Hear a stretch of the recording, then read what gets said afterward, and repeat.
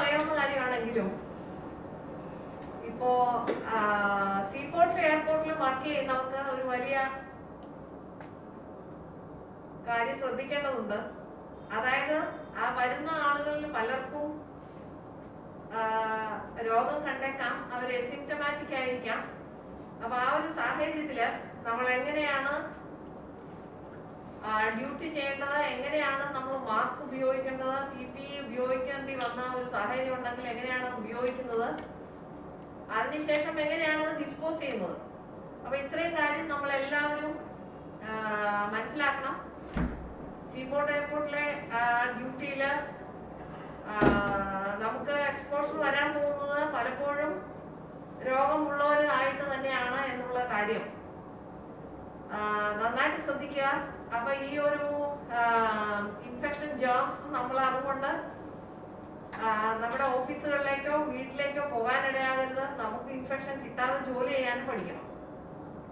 അപ്പൊ ഈ ഒരു കാര്യം സ്ട്രെസ് ചെയ്യുന്നതിന് വേണ്ടിയിട്ട് സ്പെഷ്യലായിട്ടാണ് ഈ ക്ലാസ് ഓർഗനൈസ് ചെയ്തിരിക്കുന്നത്. അതുകൊണ്ട് തന്നെ നമ്മുടെ state health research and training ഇൻസ്റ്റിറ്റ്യൂട്ടിൽ നിന്നുള്ള വിദഗ്ധരായ ഡോക്ടർമാർ, ഡോക്ടർ ഷിനുവിന്റെ നേതൃത്വത്തിൽ doctor Kavitha, doctor Kamala, doctor Manu, doctor Kavitha, doctor Manu, ഇത്രയും പേര് ഇവിടെ അവരുടെ വളരെ തിരക്ക് പിടിച്ച ജീവിതത്തിനിടയിലാണ് ഇവിടേക്ക് വന്നിരിക്കുന്നത്. ഡോക്ടർ കവിത അവരൊക്കെ കാസർഗോഡൊക്കെ ജോലി ചെയ്തിട്ട് ഇപ്പൊ വന്നിരിക്കുന്നവരാണ്.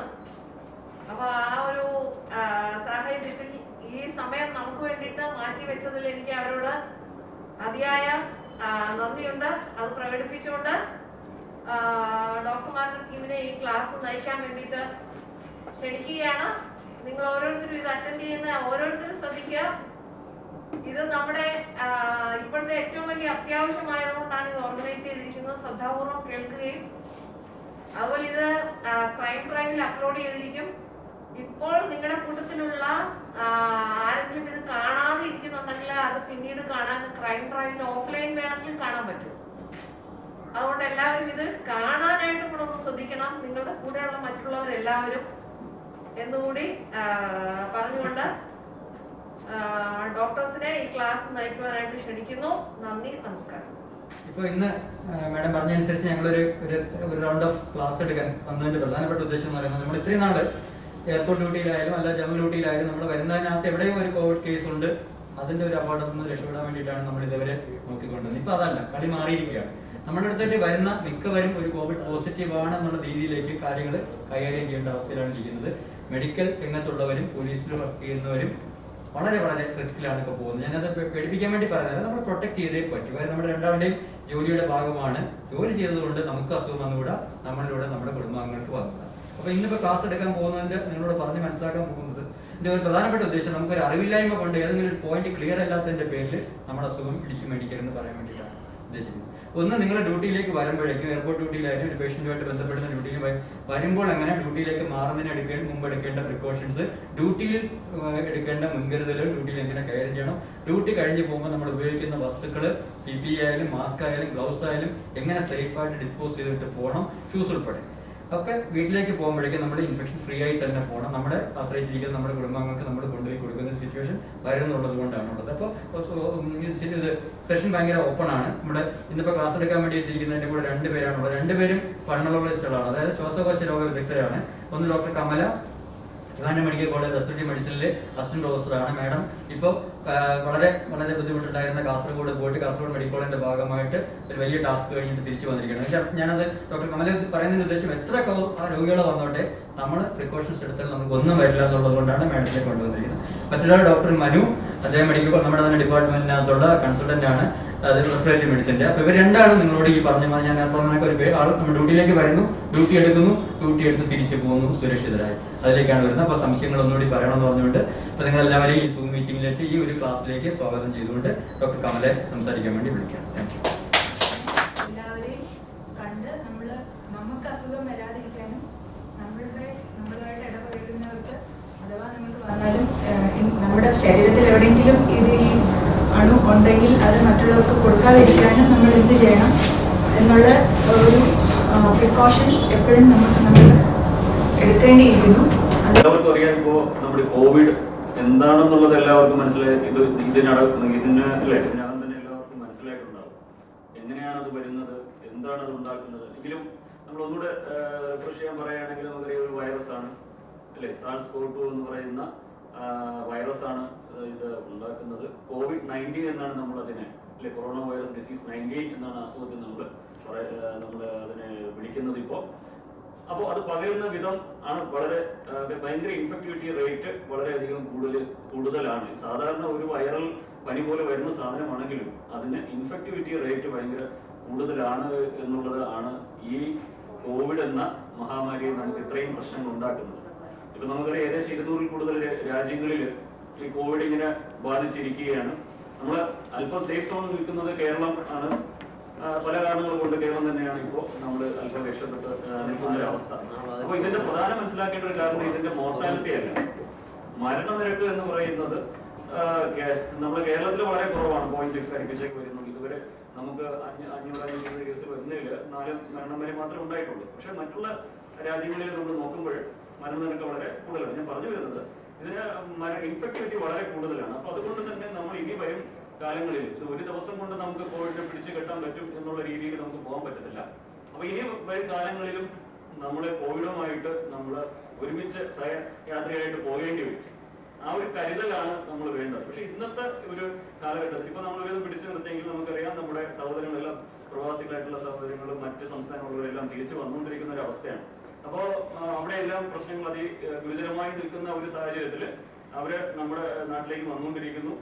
അപ്പോൾ തീർച്ചയായും അവരിൽ കുറെ പേര് അസുഖബാധിതരായിരിക്കും എന്നുള്ളത് നമ്മൾ പ്രതീക്ഷിച്ചുകൊണ്ട് തന്നെ നമ്മൾ ഇത്രയും നാളെ സേവനങ്ങൾ ചെയ്തതുപോലെ അവർക്കുള്ള സേവനം ഇനിയും പ്രൊവൈഡ് ചെയ്യാം. പക്ഷെ അവിടെ നമ്മൾ ചെയ്യുമ്പോൾ നമ്മുടെ ആരോഗ്യവും സംരക്ഷിക്കപ്പെടണം, നമ്മുടെ കുടുംബത്തിന്റെ ആരോഗ്യവും സംരക്ഷിക്കപ്പെടണം, നമ്മുടെ സമൂഹത്തിന്റെ ആരോഗ്യവും സംരക്ഷിക്കപ്പെടണം. ഇതെല്ലാം മനസ്സിലാക്കിക്കൊണ്ടാണ് നമ്മൾ മുന്നോട്ട് പോകേണ്ടത്. അപ്പോൾ ഞാൻ നേരത്തെ പറഞ്ഞ പോലെ ഈ വൈറസ് എന്ന് പറയുന്നത് ഒരു ഡ്രോപ്ലെറ്റ് ഇൻഫെക്ഷൻ ആയിട്ടാണ് വരുന്നത്.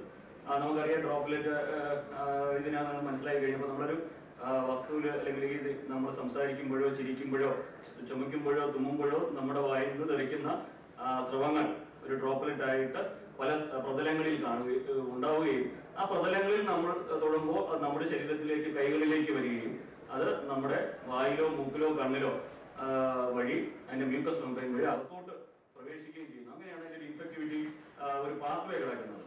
അതുകൊണ്ട് തന്നെയാണ് നമ്മളെ മെയിനായിട്ട് ഇതൊരു എയർബോൺ ഇൻഫെക്ഷൻ ആണോ, വായുവിൽ തങ്ങി നിൽക്കുന്നുണ്ടോ എന്നുള്ളതൊക്കെ ഇപ്പോഴും പഠന വിധേയമാക്കിക്കൊണ്ടിരിക്കുന്ന ഇതാണ്. നമ്മൾ അറിവിൽ ഇതുവരെ ഇപ്പോൾ മെയിൻലി ഡ്രോപ്ലെറ്റ് വഴിയാണ്, കോണ്ടാക്ട് വഴിയാണ് ഇത് മെയിനായിട്ട് പോകുന്നത്. പേഴ്സൺ ടു പേഴ്സൺ, മനുഷ്യനിൽ നിന്ന് മനുഷ്യരിലേക്ക് ട്രാൻസ്മിഷൻ നമ്മൾ ഉണ്ടെന്നുള്ളതാണ് വളരെ ഇമ്പോർട്ടൻ്റ് ആയിട്ടുള്ള കാര്യം. അപ്പോൾ വായുവിൽ തങ്ങി നിൽക്കാം. അതിപ്പോ പറയുന്നത് 3 മണിക്കൂർ വരെയൊക്കെ വായുവിൽ തങ്ങി നിൽക്കുന്നുണ്ട് എന്ന് പറയുന്നുണ്ട്. പിന്നെ എത്ര നാൾ ഇത് ഡ്രോപ്ലെറ്റ് ആയിട്ടിരിക്കാം, അതാണ് അവിടെയാണ് ഇമ്പോർട്ടൻസ്. നമ്മൾ ഇപ്പോൾ ഒരാളിത് ചുമച്ചാലോ തുമ്മിയാലോ തെറിക്കുന്ന ഈ സ്രവം ഒരു പ്രതലത്തിൽ എത്ര നാൾ ഉണ്ടാവും എന്നുള്ളതാണ്. അതും പഠനങ്ങൾ നടന്നൊരു കാര്യങ്ങൾ. എന്നാലും നമ്മളിപ്പോ ഒരു ഏകദേശം 4 മുതൽ 5 ദിവസം വരെയൊക്കെ ഓരോ പ്രതലങ്ങളിലെത്തിയ പ്ലാസ്റ്റിക്കുകളിൽ 4 ദിവസം വരെ തങ്ങി നിൽക്കുന്ന ഒരു അവസ്ഥയുണ്ട്. ഇപ്പോ അതേസമയം കോപ്പർ പോലുള്ള 4 മണിക്കൂർ മാത്രമേ നിൽക്കുന്നുള്ളൂ. അപ്പൊ അങ്ങനെ വ്യത്യസ്തമായ പ്രതലങ്ങളിൽ എന്നാലും നമുക്ക് മാക്സിമം ഒരു 4 മുതൽ 5 ദിവസം വരെ ഏത് പ്രതലങ്ങളിൽ കാണും എന്നുള്ളതാണ് ഇതിന്റെ ഒരു നമ്മൾ വളരെ ഇമ്പോർട്ടന്റ് ആയിട്ട് മനസ്സിലാക്കേണ്ട ഒരു കാര്യം. ഞാൻ പറഞ്ഞു വരുന്നത്, അപ്പൊ നമ്മൾ ഇതിൽ നിന്ന് രക്ഷപ്പെടുന്നുവെങ്കിൽ നമ്മൾ ഈ കോണ്ടാക്ട് ചുമയ്ക്കുമ്പോഴും തുമ്മുമ്പോഴും ഈ ശ്രമം പുറത്തോട്ട് വരാൻ പാടില്ല. അതാണ് ഒന്നാമത്തെ പ്രശ്നം. അതിനാണ് നമ്മൾ മാസ്കുകൾ ഉപയോഗിക്കണം എന്ന് നമ്മൾ പറയുന്നത്. അത് പ്രത്യേകിച്ച് എന്തുകൊണ്ടാണ് മാസ്ക് നമ്മൾ പ്രത്യേകിച്ച് നമ്മളിപ്പോ അറിയാം, നമ്മളിപ്പോ വന്ന രോഗികൾ തന്നെ 50 മുതൽ 60% വരെ ഒരു സിംറ്റവും ഒരു ലക്ഷണവും രോഗലക്ഷണവും ഇല്ലാത്ത ആൾക്കാരിലാണ് വന്നിരിക്കുന്നത്. പക്ഷെ അവരിൽ നിന്നും വേണമെങ്കിൽ നമുക്ക് അസുഖം പകരാം, ചെറിയ ഡ്രോപ്ലെറ്റ്സ് ആയിട്ട് നമുക്ക് പകരാൻ സാധ്യതയുണ്ട്. അപ്പോ പ്രധാനമായും മുമ്പ് നമ്മൾ പറഞ്ഞുകൊണ്ടിരുന്ന രോഗികളാണ് മാസ്കുകൾ ഉപയോഗിക്കേണ്ടത്. കാര്യം രോഗികളിൽ നിന്ന് ആ സ്രവങ്ങൾ പുറത്തോട്ട് വരാതിരിക്കാൻ ഈ ഒരു ബാരിയർ ആയിട്ട് മാസ്കുകൾ നമ്മളെ സഹായിക്കുന്നതാണ്. ഇന്നത്തെ കാലഘട്ടത്തിൽ നോക്കുമ്പോൾ ആരാണ് രോഗി എന്ന് നമുക്ക് ഈ ഇൻഫെക്ടിവിറ്റി നമുക്ക് കൃത്യമായി ഡിഫൈൻ ചെയ്യാൻ നമുക്ക് പറ്റാത്ത ഒരു അവസ്ഥയാണ്. ഞാൻ പറഞ്ഞ അസിംറ്റമാറ്റിക് കാരിയേഴ്സ് ആയിട്ട് ഒരുപാട് ആൾക്കാർ ഉണ്ടാവും. അതുകൊണ്ട് തന്നെ സമൂഹത്തിലെ എല്ലാവരും മാസ്കുകൾ ഉപയോഗിച്ചു കഴിഞ്ഞാൽ ആ ഡ്രോപ്ലെറ്റുകൾ വെളിയിലോട്ട് വരുന്നത്. നമ്മളൊരു കണക്കുകൾ പറയുകയാണെങ്കിൽ മാസ്കുകൾ എല്ലാവരും ഉപയോഗിച്ച് കഴിഞ്ഞാൽ ഏകദേശം 90% വരെ നമുക്ക് ഈ അസുഖത്തെ പിടിച്ചു നിർത്താം എന്നുള്ളതാണ് കണക്കുകൾ സൂചിപ്പിക്കുന്നത്. അപ്പൊ ഞാൻ ഈ പറയുന്നത് മാസ്കിന്റെ ഇമ്പോർട്ടൻസ് ആണ് പറയുന്നത്. രോഗികൾ, നമ്മൾ ആരാണ് രോഗികളെന്ന് അറിയില്ല. അപ്പൊ അതുകൊണ്ട് തന്നെ നമ്മൾ ഇത് കൂടുതൽ ഉപയോഗിക്കുക. അപ്പോൾ അതിൽ മാസ്കിൽ നിന്നും മനുഷ്യരുടെ ശ്രമങ്ങൾ പുറത്തോട്ട് വരുന്നത് നമുക്ക് തടയാൻ സാധിക്കും എന്നുള്ളതാണ് ഒന്ന്. അപ്പൊ അതാണ് വളരെ ഇമ്പോർട്ടന്റ് പോയിന്റ്. ഇനി പുറത്തോട്ട് വന്ന ശ്രമങ്ങൾ നമ്മുടെ കൈകളിൽ പെടാതിരിക്കുക എന്നുള്ളതാണ് അടുത്ത്. അതാണ് നമ്മൾ ബ്രേക്ക് ദ ചെയിൻ. ആ ചെയിൻ ബ്രേക്ക് ചെയ്യുന്നതിന് വേണ്ടി നമ്മൾ ഹാൻഡ് വാഷ് എന്ന വളരെ ഒരു അല്ലെ, ഇപ്പൊ എല്ലാവരും നമ്മൾ വളരെ കൈകൾ കഴുകാൻ ശീലിച്ചു. പക്ഷെ എനിക്ക് ഇപ്പൊ മനസ്സിലായി ആദ്യം ഉണ്ടായിരുന്ന ഒരു ഊർജ്ജം എല്ലാവരും ഉണ്ടോ എന്നൊരു സംശയമുണ്ട്. കാര്യം നമ്മളൊരു വിദ്യാധാരണയെ കൂടെ പോയിക്കൊണ്ടിരിക്കുന്നത്. കാര്യം നമ്മളിവിടെ എല്ലാം അസുഖം മാറി എന്നുള്ളതും അതെല്ലാം പഴയ ഇതൊക്കെ ഇനി പ്രശ്നം നമുക്ക് വരില്ല, അതാണ് അവിടെ പ്രശ്നം. നമ്മൾ എപ്പോഴും ചിന്തിക്കുന്നത് നമുക്ക് വരില്ല എന്നൊരു ഓവർ കോൺഫിഡൻസ് ആണ്. ഇത് അങ്ങനെയൊന്നും വൈറസിന് ആർക്കും എവിടെയും എപ്പോഴും പിടിപെടാം എന്നുള്ളതാണ്. അതുകൊണ്ട് നമ്മൾ ആ കൈകൾ കഴുകുക എന്നുള്ളത് വളരെ വളരെ ഇമ്പോർട്ടൻറ്റ്. ഞാൻ ഈ സ്ട്രെസ് ചെയ്യുന്നത് നമ്മൾ ബാക്കി ഏതിനേക്കാളും സ്ട്രെസ് ചെയ്യുന്ന 3 പോയിന്റുകൾ. ഒന്ന്, മാസ്കുകൾ ഉപയോഗിക്കുക. 2, ഈ പറഞ്ഞ കൈകൾ കഴുകുക, സോപ്പും ഉപയോഗിച്ച് കൈകൾ കഴുകുക. അത് ഏകദേശം നമ്മൾ ചുമ്മാ കഴുകിയ പോലെ 20 സെക്കൻഡ് മുതൽ 40 സെക്കൻഡ് വരെ നമുക്ക് കഴുകണം. അത് അത്രയും കൃത്യതയോടെ കഴുകാൻ മാത്രമേ നമുക്കത് നല്ല രീതിയിൽ നമുക്ക് അതിനെ പ്രിവെന്റ് ചെയ്യാൻ സാധിക്കും. പിന്നെ ഉള്ളത് നമ്മൾ തുപ്പുന്നത്. ഇപ്പൊ ഗവൺമെന്റ് ക്യാമ്പയിൻ ഇറങ്ങിയിട്ടുണ്ട്, തുപ്പരുത് തോറ്റുപോകും എന്ന് പറഞ്ഞു ഒരു ക്യാമ്പയിൻ ഇറങ്ങിയിട്ടുണ്ട്.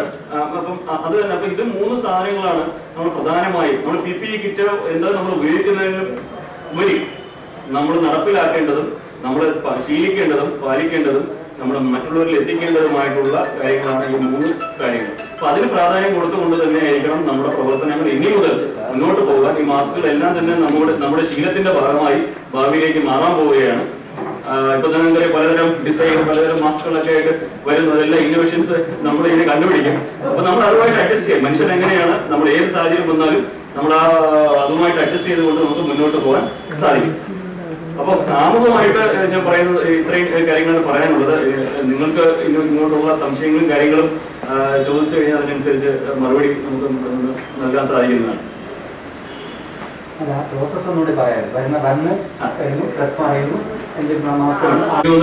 കൂടുതൽ എയർപോർട്ടിൽ ജോലി ചെയ്യുന്ന ആൾക്കാരെ മാത്രം ആണ് ജോലി ഇപ്പോഴത്തെ സാഹചര്യം എന്നുള്ളത്. അപ്പൊ എനിക്ക് ഇതിന് മുമ്പ് പറയാനുള്ള പ്രധാന കാരണം ഒരു കാര്യം എന്ന് വെച്ചാൽ നമ്മുടെ ഇതുവരെയുള്ള ആരോഗ്യത്തിനെ കുറിച്ച് കൂടെ നമ്മൾ ചിന്തിക്കണം. അതായത് നമുക്കിപ്പോ പുകവലിക്കാരനാണോ, സ്മോക്കേഴ്സാണോ, സ്മോക്കേഴ്സിൽ വരാനുള്ള സാധ്യത നമുക്ക് കൂടുതലാണ്. നമ്മുടെ ഇപ്പോഴും നിലവിലുള്ള ആരോഗ്യം, നമ്മൾ ഇപ്പോഴത്തെ കണക്കുകളും എല്ലാം പരിശോധിക്കുമ്പോൾ പ്രായമേറിയവരിൽ 50 വയസ്സിന് മേലുള്ളവരിലോ 60 വയസ്സിന് മേലുള്ളവരിലോ വരാനുള്ള സാധ്യത കൂടുതലാണ്. പിന്നെ അതുകൂടാതെ നമ്മൾ നോക്കിക്കഴിഞ്ഞാൽ മരണത്തിൽ നോക്കിക്കഴിഞ്ഞാൽ ഏറ്റവും കൂടുതലായിട്ട് കോമോർബിഡിറ്റി ആയിട്ട് കണ്ടിട്ടുള്ളത് നമ്മുടെ ഡയബറ്റീസ് ആണ്. അപ്പൊ നമുക്കറിയാം കേരളം ഡയബറ്റീസിന്റെ ഒരു തലസ്ഥാനമാണ്. അപ്പൊ ഇതിന്റെ ഭൂരിഭാഗം ആൾക്കാരും നമ്മൾ ഡയബറ്റീസ് എന്ന ഒരു അസുഖം നമ്മുടെ ശരീരം ഉണ്ടായിരിക്കും. അപ്പം അതിന്റെ ഒരു കൺട്രോൾ വളരെ ഇമ്പോർട്ടന്റ് ആണ്. ഞാൻ പറഞ്ഞു വരുന്നത് നമ്മൾ കോവിഡിന്റെ പ്രതിരോധ പ്രവർത്തനങ്ങളിലേക്ക് മാത്രം നമ്മൾ ശ്രദ്ധ ഊന്നുക എന്നുള്ളതല്ല. നമ്മുടെ ജനറൽ ആയിട്ടുള്ള ഒരു ആരോഗ്യം വളരെ ഇമ്പോർട്ടന്റ് ആണ്. നമുക്ക് എന്തെങ്കിലും അസുഖമുണ്ടെങ്കിൽ, നിലവിൽ പലരും ആസ്മ രോഗികൾ ഉണ്ടാവും. അപ്പോൾ നിലവിൽ എന്താണോ ചികിത്സ നമ്മൾ എടുത്തുകൊണ്ടിരിക്കുന്നത് അത് കൃത്യമായും അത് നമ്മൾ പാലിക്കേണ്ടതുണ്ട്. എങ്കിൽ മാത്രമേ നമ്മുടെ പ്രതിരോധ ശേഷിയും എല്ലാം നമുക്ക്, പിന്നെ അതുപോലെ തന്നെ നമ്മുടെ പ്രതിരോധ ശേഷി കൂട്ടുന്നതിന് വേണ്ടി നല്ല ഭക്ഷണം, നല്ല ഉറക്കം ഞാൻ ജോലി തിരക്കുകൾ ഉണ്ടാവുമെങ്കിലും അത്യാവശ്യം കിട്ടുന്ന സമയങ്ങളിലൊക്കെ നമ്മുടെ സ്ട്രെസ്സുകൾ കുറയ്ക്കുക, നല്ല പച്ചക്കറികളും നല്ല ഭക്ഷണങ്ങൾ, പറ്റും പോലെ എക്സർസൈസുകൾ ചെയ്യുക. അങ്ങനെയുള്ള നമ്മൾ മുമ്പ് ചെയ്തുകൊണ്ടിരുന്ന എല്ലാ പ്രവർത്തനങ്ങളും നമ്മൾ ഇതിനോടൊപ്പം ചെയ്യണം. എന്നാൽ മാത്രമേ നമുക്ക് നമുക്ക് അടുത്ത ഘട്ടമായ ഈ പ്രതിരോധ പ്രവർത്തനങ്ങളിലേക്ക് പോകാൻ പറ്റുള്ളൂ. അപ്പൊ ഇനി നമ്മൾ വരുന്നു. ഒന്നാമത്തെ നമ്മൾ ബേസിക് കാര്യം നമ്മൾ മനസ്സിലാക്കേണ്ടത് കോണ്ടാക്റ്റുകൾ കുറയ്ക്കുക എന്നുള്ളതാണ് വളരെ വളരെ ഇമ്പോർട്ടന്റ് ആയിട്ടുള്ളൊരു കാര്യം. അപ്പൊ നമ്മളറിയാം സാമൂഹിക അകലം എന്ന് പറയുന്നത് വളരെ ഇമ്പോർട്ടന്റ് ആണ്. ഈ ഡ്രോപ്ലെറ്റുകൾ ശരിക്കും 1.5 മുതൽ 2 മീറ്റർ വരെ തെറിച്ച് പോകാൻ ഉള്ള സാധ്യതയുണ്ട് അതിന്റെ ഇതനുസരിച്ച്. അപ്പം ആ ഒരു ലെവലിൽ ഇപ്പൊ നമ്മളിപ്പോ 1 മീറ്റർ എങ്കിലും എന്നാണ് പറയുന്നത്, 3 ഫീറ്റ് എങ്കിലും നമ്മൾ മറ്റുള്ളവരുമായിട്ട് ഇടപഴകുമ്പോൾ ബേസിക് ആയിട്ട് നമ്മൾ കാര്യങ്ങൾ അതെ 6 അടി വരെ വരാം, മാക്സിമം 6 അടി വരെ വരും. പറ്റുന്നുണ്ട്. പക്ഷെ എങ്കിലും നമ്മൾ കുറച്ചുകൂടെ അതിന്റെ കൂടുതലായിട്ടുള്ള ഇത് വെച്ചാൽ അറ്റ്ലീസ്റ്റ് 1 മീറ്ററെങ്കിലും എന്നുള്ളതാണ്. ഐ മീൻ 1 മീറ്ററെങ്കിലും 3 ഫീറ്റ് 3 അടിയെങ്കിലും അറ്റ്ലീസ്റ്റ് നമ്മൾ പാലിക്കാൻ ശ്രമിക്കുക എന്നുള്ളതാണ്. അപ്പൊ സാമൂഹിക അകലം പാലിക്കുക എന്നുള്ളത് വളരെ ഇമ്പോർട്ടന്റ് ആയിട്ടുള്ള കാര്യമാണ്. പിന്നെ ഞാൻ നിങ്ങളുടെ ഡ്യൂട്ടിയിലേക്ക് വരുന്നതിന് മുമ്പ് നമ്മുടെ കൈകളിലും നമ്മുടെ ദേഹത്തുമുള്ള പല സാധനങ്ങളുമുണ്ട്. നമ്മുടെ പേന, മൊബൈല്, അങ്ങനെയുള്ള വളകൾ, ഇങ്ങനെയൊക്കെ കുറച്ച് കാര്യങ്ങളുണ്ട്. നമ്മൾ ശ്രദ്ധിക്കേണ്ട കുറച്ച് കാര്യങ്ങളുണ്ട്. അപ്പൊ ഡ്യൂട്ടിയിൽ വരുമ്പോൾ സ്ത്രീകളാണെങ്കിൽ മുടിയിൽ മേളിലോട്ട് കെട്ടിവെക്കുകയും ആ ക്ലിപ്പുകൾ ഇങ്ങനെ ഒരുപാട് നമ്മുടെ ശരീരത്തോട് ചേർന്ന് നിൽക്കുന്നതും പക്ഷെ അത് കോണ്ടാക്ട് വരാൻ സാധ്യതയായിട്ടുള്ള അത് മിനിമൈസ് ചെയ്യുക എന്നുള്ളതാണ് നമ്മുടെ ഡ്യൂട്ടിക്ക് വരുന്നതിന് മുമ്പ് നമ്മൾ വളരെയധികം ശ്രദ്ധിക്കേണ്ട ഒരു കാര്യം. ആ ഒരു മിനിമൈസ് ചെയ്യുമ്പോൾ തന്നെ നമുക്ക് കുറെ കൂടെ നമുക്ക് എഫക്റ്റീവായിട്ട് ആ ഒരു ബ്രേക്ക് ദ ചെയിൻ എന്ന് പറയുന്ന ഒരു കാര്യം നമുക്ക് ചെയ്യാൻ പറ്റും. അപ്പോൾ അത് ഈ കാര്യങ്ങളെല്ലാം നമുക്ക് ആവശ്യത്തിന് അല്ലെങ്കിൽ നമ്മൾ വന്ന് അവിടെ തന്നെ ഉപയോഗിക്കുന്നു, അങ്ങനെ ഒരു സിസ്റ്റം ഉണ്ടാക്കുക. നമ്മുടെ എന്തെങ്കിലും അത്യാവശ്യ സാധനങ്ങൾ ഉണ്ടെങ്കിൽ നമ്മൾ വീട്ടിൽ തിരിച്ചു കൊണ്ടുപോകാതെ നമുക്ക് അവിടെ തന്നെ ഉപയോഗിക്കാൻ പറ്റും. ഇപ്പൊ വാച്ചുകൾ അങ്ങനെയുള്ള സാധനങ്ങൾ നമുക്ക് അത്യാവശ്യം ഇല്ല എന്നുണ്ടെങ്കിൽ കഴിയുന്നതും ഒഴിവാക്കുക എന്നുള്ളത് തന്നെയാണ് ഏറ്റവും പരമപ്രധാനമായിട്ട് കാര്യം. അപ്പൊ ഇനി മെയിനായിട്ട് നേരത്തെ പറഞ്ഞ പോലെ ഹാൻഡ് വാഷിംഗ് ആണ്. അപ്പോ ഹാൻഡ് വാഷിംഗ് എന്ന് പറയുമ്പോൾ കൈ ടെക്നിക്ക് കൃത്യമായി പാലിക്കണം എന്നുള്ളതാണ്. എല്ലാവർക്കും അറിയാം എന്ന് വിചാരിക്കുന്നു. കാരണം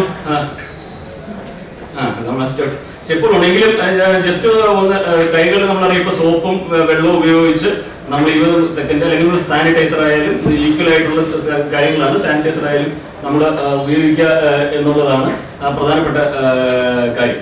അപ്പോ നമ്മളിപ്പോ ഒരു 2 കൈകളിലും ഇത് എടുത്തു കഴിഞ്ഞാൽ ആദ്യം നമ്മുടെ ഉള്ളം കൈയിൽ തന്നെ ആ സോപ്പും നമ്മൾ തേക്കുക എന്നുള്ളതാണ് ആദ്യത്തെ. നമ്മുടെ ഈ 2 ഭാഗങ്ങളും ആ സോപ്പിന്റെ ഒരു ഡിസിൻഫെക്ട് ചെയ്യുക എന്നുള്ള ഒരു പ്രോസസ്സാണ് ആദ്യം നമ്മൾ ചെയ്യുന്നത്. അത് രണ്ടാമത് നമ്മുടെ പുറകുവശം, ഈ 2 കൈയിന്റെ പുറകുവശം നമ്മൾ എപ്പോഴും മിസ് ചെയ്യുന്ന പോകുന്ന സാധനങ്ങളാണ്. ആ പുറകുവശങ്ങളും നമ്മൾ നന്നായി ഈ ഫിംഗേഴ്സ് ഇന്റർലോക്ക് ചെയ്തുകൊണ്ട് ആ ഇടകളിൽ കൂടെ വെച്ചുകൊണ്ട് തന്നെ 2 ഇതിലും നമ്മൾ ചെയ്യേണ്ട കാര്യമുണ്ട്. തിരിച്ച് അതുപോലെ തന്നെ ഈ തിരിച്ച് വന്നിട്ട് നമ്മുടെ ഈ സർഫസിൽ ഇന്റർലോക്കിംഗ് ചെയ്യേണ്ട കാര്യമുണ്ട്. പിന്നെ നമുക്കറിയാം നമ്മുടെ ഈ ഭാഗങ്ങൾ, അപ്പൊ അത് നമ്മുടെ ഉള്ളം കയ്യിൽ വെച്ചുകൊണ്ട് ഇങ്ങനെ ഈ 2 കൈയിൽ ഇങ്ങനെ ഒരു ഇന്റർലോക്കിംഗ് ആണ് ചെയ്യേണ്ടത്. ഇങ്ങനെ ഈ 2 കൈയിലും അതായത് ഈ ഭാഗം, ഈ നക്കിൾസ് എല്ലാം നമ്മുടെ ഇവിടെ. അപ്പൊ ഈ 2 പ്രോസസ്സും നമ്മൾ ചെയ്യേണ്ടതുണ്ട്. പിന്നെ നമ്മുടെ തമ്പും ഇവിടെ ഈ 2 ഭാഗങ്ങൾ ചെയ്യേണ്ടതുണ്ട്. ഇനി നമ്മുടെ ഈ ടിപ്സ് ഉണ്ട്, അതൊരു സർക്കുലർ മൂവ്മെന്റിൽ ഇങ്ങനെ 2 ഇതിലും ആന്റി ക്ലോക്ക് വൈസ് ആയിട്ടാണ് നമ്മൾ ചെയ്യേണ്ടത്. 2 ചെയ്യേണ്ടത് ഈ ടിപ്സ്. അത് കൂടാതെ ഇനിയുണ്ട് നമ്മുടെ റിസ്റ്റ്. നമ്മൾ എപ്പോഴും വിട്ടുപോകുന്ന കാര്യങ്ങളാണ് ഈ റിസ്റ്റ് എന്നുള്ള കാര്യം. അപ്പോ ഇത് വളരെ കൃത്യമായി നമ്മള് സ്റ്റെപ്സ് ചെയ്യുമ്പോൾ തന്നെ പിന്നെ നമ്മൾ ഇത് ചെയ്തു കഴിഞ്ഞാൽ ഈ കൈകൾ കൊണ്ട് നമ്മൾ വേറെ ഇനി എവിടെ നമുക്ക് സ്പർശിക്കും. നമ്മൾ സ്പർശിച്ചു കഴിഞ്ഞാൽ നമ്മുടെ മുഖത്തോ കണ്ണിലോ വായിലോ ചുണ്ടിലോ ഒന്നും തന്നെ തൊടാൻ പാടില്ല. നമ്മുടെ നാച്ചുറൽ ആയിട്ടുള്ള ഒരു ടെൻഡൻസിയാണ് നമുക്ക് തൊടും എന്നുള്ളത്. അതിന് കൊണ്ട് തന്നെ മാസ്ക് കിട്ടി കഴിയുമ്പോൾ നമുക്ക് കുറച്ച് കുറയും. നമ്മുടെ ഡയറക്റ്റ് ഇത് വരുന്നത് നമുക്ക് കുറച്ച് കുറയുന്ന ഒരു സാഹചര്യം ഉണ്ടാവും. അപ്പോൾ ഞാൻ പറഞ്ഞു, നമ്മൾ ജോലിയിലേക്ക് കയറുമ്പോൾ എന്തായാലും നിർബന്ധം നമുക്കറിയാം അവിടെ സാനിറ്റൈസ് ചെയ്യുന്നതിന് വേണ്ടി സാനിറ്റൈസറോ ഹാൻഡ് വാഷിംഗ് എല്ലാം തന്നെ അവിടെ സജ്ജീകരണം ഉണ്ടായിരുന്നു നമുക്ക് 100% ഉറപ്പാണ്. അപ്പൊ നമ്മൾ വരുമ്പോ പിന്നെ ഉള്ള നമ്മുടെ വെച്ചാല് ഈ ഡ്രസ്സ്. അപ്പൊ അത് ഈ വരുന്ന ഡ്രസ്സ് തന്നെയാണ് നമ്മൾ തിരിച്ച് ഇട്ടുകൊണ്ട് പോകുന്നത്. അപ്പൊ അത് ഓരോ സാഹചര്യങ്ങൾക്ക് അനുസരിച്ച് നമ്മളത് മാറും. കാര്യം ഈ നമ്മുടെ ഡ്രസ്സിലും ഈ അണുക്കൾ പറ്റിപ്പിടിക്കാം. നമ്മൾ ഒരാളായിട്ട് സംസാരിക്കുമ്പോൾ പോയാൽ മാസ്ക് കൃത്യമായി ധരിക്കുന്നില്ല എന്നുണ്ടെങ്കിലും മാസ്ക് ധരിക്കാത്ത ഒരാളിൽ നിന്ന് വേണമെങ്കിലും ഇതെല്ലാം നമ്മുടെ ഡ്രസ്സിലും പറ്റിപ്പിടിക്കാം. അപ്പൊ അത് കൃത്യമായി സാമൂഹിക അകലം പാലിച്ചാൽ നമുക്ക് അത് വളരെയധികം കുറയ്ക്കാൻ സാധിക്കും. അപ്പൊ ഈ ഡ്രസ്സിൽ പിടിക്കുന്ന സാധനങ്ങൾ വീണ്ടും നമ്മുടെ കയ്യിൽ തൊടുകയാണെങ്കിൽ തിരിച്ച് വീണ്ടും നമ്മുടെ ദേഹത്തേക്ക് വരാനുള്ള സാധ്യതയുണ്ട്.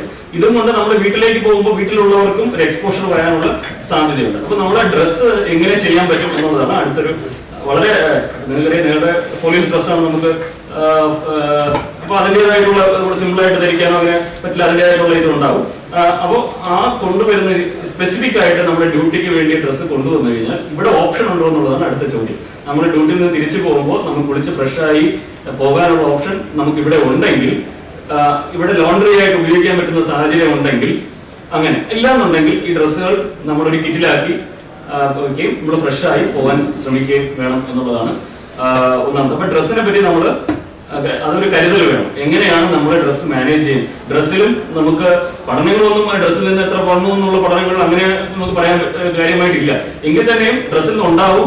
അതുപോലെ തന്നെ ഷൂ വേണം. നമ്മൾ ഷൂവും ചപ്പലും ഷൂ സ്ഥിരമായിട്ട് ഉപയോഗിക്കുന്നതാണ്. ബൂട്ടുകളിൽ നിന്ന് പഠനങ്ങളിൽ ഇപ്പോൾ ചൈനയിലൊക്കെ നടത്തിയ പഠനങ്ങൾ വരുന്ന ബൂട്ടിൽ നിന്ന് ഒരുപാട് 50% അവർ കണ്ടെത്തി എന്നുള്ളതാണ്. പക്ഷെ അതിൽ നിന്നും പകർന്നിട്ടുണ്ടോ നമുക്ക് പ്രത്യേകം പറയാൻ പറ്റില്ല. കാര്യം നമ്മൾ കോൺടാക്ട്സ് ഷൂവിൽ എപ്പോഴും പക്ഷെ വരാനുള്ള സാധ്യത എപ്പോഴും ഷൂ ലേഴ്സ് അഴിഞ്ഞു പോകുമ്പോൾ അത് നമ്മൾ കെട്ടാൻ ശ്രമിക്കുമ്പോൾ വരാം, സോക്സ് പിടിച്ചിടുമ്പോൾ. അപ്പോൾ അത് വളരെയധികം നമ്മൾ ശ്രദ്ധിക്കേണ്ട ഒരു കാര്യമാണ്.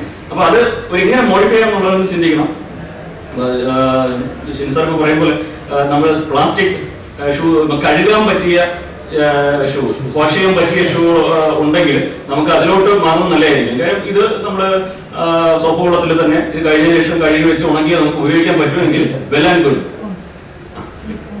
Slip on shoes. അപ്പൊ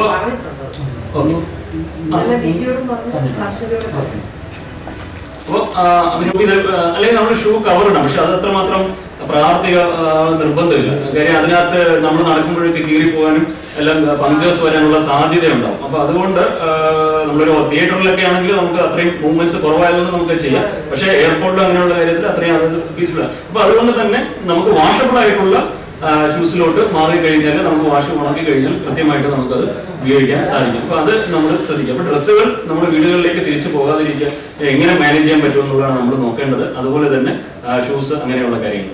പിന്നെ നമ്മൾ വന്നു കഴിഞ്ഞാൽ മാസ്ക് ധരിക്കുന്നതിന് മുമ്പ് വളരെ ഇമ്പോർട്ടൻറ്റ് ശ്രദ്ധിക്കേണ്ട മാസ്കിന് എന്തെങ്കിലും കേടുപാട് പറ്റിയിട്ടുണ്ടോ എന്നുള്ളത് നമ്മൾ ആദ്യമേ നമ്മൾ ശ്രദ്ധിക്കേണ്ട കാര്യമാണ്. മാസ്കിൽ എവിടെയെങ്കിലും ടയറോ എന്തെങ്കിലും ഉണ്ടെങ്കിൽ നമ്മൾ ധരിക്കുന്നതിനകത്ത് പറഞ്ഞ് അർത്ഥമില്ല. പിന്നെ മാസ്കിനെ പറ്റി പറയുമ്പോൾ തന്നെ നമ്മളിപ്പോ ഒരു കൺഫ്യൂഷൻ ഉള്ളത് N95 വേണോ സർജിക്കൽ മാസ്ക് വേണോ എന്നതാണ് നമ്മൾ കൺഫ്യൂഷൻ ഉള്ളത്. സാധാരണഗതിയിൽ നമ്മൾ N95 പറയുന്നത് എയർസോൾ ജനറേറ്റിംഗ് പ്രൊസീജിയർ ചെയ്യുന്ന മെഡിക്കൽ ക്ലിനിക്കൽ എക്സാമിനേഷൻ പോലുള്ള സാധനങ്ങൾ, high risk moderate high risk ഇതിലാണ് നമ്മൾ N95 പോലുള്ള മാസ്കുകൾ ഉപയോഗിക്കുന്നത്. N95 എന്ന് പറയുമ്പോൾ 95% പാർട്ടിക്കിളെയും അത് ഫിൽട്ടർ ചെയ്യും എന്നുള്ളതാണ് ആ N95 എന്നുകൊണ്ട് ഉദ്ദേശിക്കുന്നത്. അതേസമയം നമ്മളിപ്പോൾ ട്രിപ്പിൾ സർജിക്കൽ, നമ്മൾ സിംഗിൾ ലെയർ അല്ല, നമ്മുടെ വർഷങ്ങളായി നമ്മുടെ ആശുപത്രികളിൽ നമ്മൾ ഇപ്പോഴും നമ്മൾ ഉപയോഗിക്കുന്ന സാധനമാണ് സർജിക്കൽ ട്രിപ്പിൾ ലെയർ ആയിട്ടുള്ള സർജിക്കൽ മാസ്കുകൾ. അതും എഫക്റ്റീവ് ആണ്. പക്ഷെ N95 അത്ര വരണമെന്നില്ല. അതിൽ 80% ഫിൽറ്ററിംഗ് കപ്പാസിറ്റി അതിനും ഉണ്ട്. അപ്പം നമ്മൾ ഇപ്പോഴത്തെ നമ്മുടെ നാഷണൽ ഗൈഡ് ലൈൻസ് ആയാലും ഇത് ഗൈഡ് ലൈൻസ് എടുത്തു കഴിഞ്ഞാലും നമുക്ക് ഈവൻ എയർപോർട്ട് സ്ക്രീനിങ്ങിന് തന്നെ അവർ റെക്കമെൻഡ് ചെയ്യുന്നത് ശരിക്കും ട്രിപ്പിൾ ലെയർ മാസ്ക് ആണ്. പക്ഷെ നമുക്ക് അത് വേറൊന്നുമല്ല, N95 ഷോർട്ടേജ് ഒരുപാട് ഉണ്ട് എന്നുള്ളത് കൊണ്ട് തന്നെ അപ്പൊ നമുക്ക് ഉപയോഗിക്കേണ്ട അവരിലേക്ക് എത്തത്തില്ല, അത് കിട്ടാൻ സാധ്യത കുറയും എന്നുള്ളത് കൊണ്ട് കമ്പാരിറ്റീവ്ലി റിസ്ക് കുറഞ്ഞ ഗ്രൂപ്പുകളിലേക്ക് അത് വേണ്ട എന്നുള്ളത് തന്നെയാണ്. പക്ഷെ നമ്മളിപ്പോ ഒരു ഹൈ റിസ്ക് ആൾക്കാരെയാണ് കോൺടാക്ട്, നമുക്ക് പ്രൊവിഷൻ ഉണ്ടെങ്കിൽ N95 നമുക്ക് ഉപയോഗിക്കാവുന്നതാണ്. അപ്പോൾ മാസ്ക് നമ്മൾ സർജിക്കൽ മാസ്ക് കിട്ടുമ്പോൾ ശ്രദ്ധിക്കേണ്ട ഒരു കാര്യം നേരത്തെ പറഞ്ഞതുപോലെ ഈ എന്തെങ്കിലും ബെയറിംഗ് ആൻഡ് ടെയറിംഗ് ഉണ്ടോ എന്നുള്ളത് നോക്കുക എന്നുള്ളത്. രണ്ട്, മിക്കവാറും മാസ്കുകൾ ഇതിന് ഒരു പ്ലീറ്റ് കാണും.